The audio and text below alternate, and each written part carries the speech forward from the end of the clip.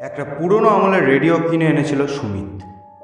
রাতে হঠাৎ নিজে থেকেই কেমনভাবে চালু হয়ে গেল সেই রেডিওটি। স্ট্যাটিক শব্দের মাঝখান থেকে একটা চেনা গলা ভেসে এলো, তার মৃত বাবার কণ্ঠস্বর। বাবা বলছিলেন, সুমিত, দরজা খুলিস না, ও বাইরে দাঁড়িয়ে আছে। সুমিত অবাক হয়ে ভাবল, বাবা তো 2 বছর আগে মারা গেছে, তবে এই কণ্ঠস্বরটা কোথা থেকে এলো? কিছুই বুঝতে পারছি না।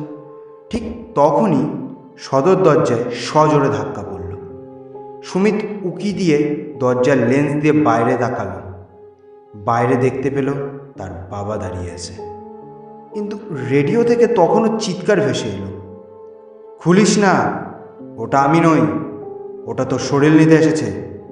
সুমিত বুঝতে পারল না কাকে বিশ্বাস করবে, দরজার বাইরের বাবাকে নাকি রেডিওর ভেতরের কণ্ঠস্বরকে। তখনই সে হতবাক হয়ে অজ্ঞান হয়ে পড়ল। ধন্যবাদ। গল্পটি কেমন লাগলো অবশ্যই জানাবেন এবং সাবস্ক্রাইব করে যাবেন। ধন্যবাদ।